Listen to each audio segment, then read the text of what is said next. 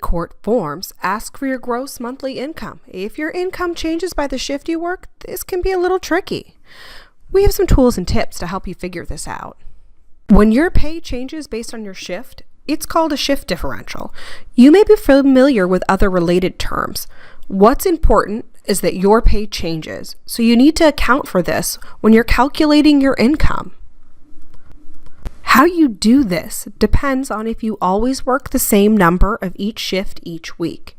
Do you work the same shifts each week? An example would be every week you work 3 day shifts and 2 night shifts. We'll start with an example if you do work the same shifts each week. Here are the general steps. First, calculate your annual income. Second, divide that by 12. The first step is the most tricky. Let's do an example for someone who is paid weekly. First, they need to calculate their weekly income. To do this, they'll need to multiply each of their different pays by the number of hours worked at that rate.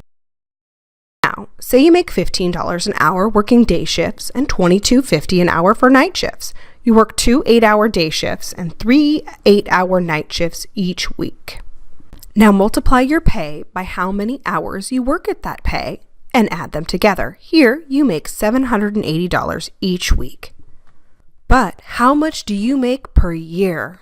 To calculate your annual income, multiply your weekly pay by how many weeks you're paid per year. Here, that's 780 times 52. That's $40,560. That's your annual income. What's your monthly pay? Simply divide your annual income by 12. That's $40,560 divided by 12. You earn $3,380 each month.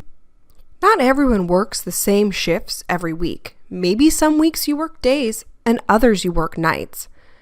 If this is your case, you'll need to calculate your average income. But how? First, get your income records for the past year.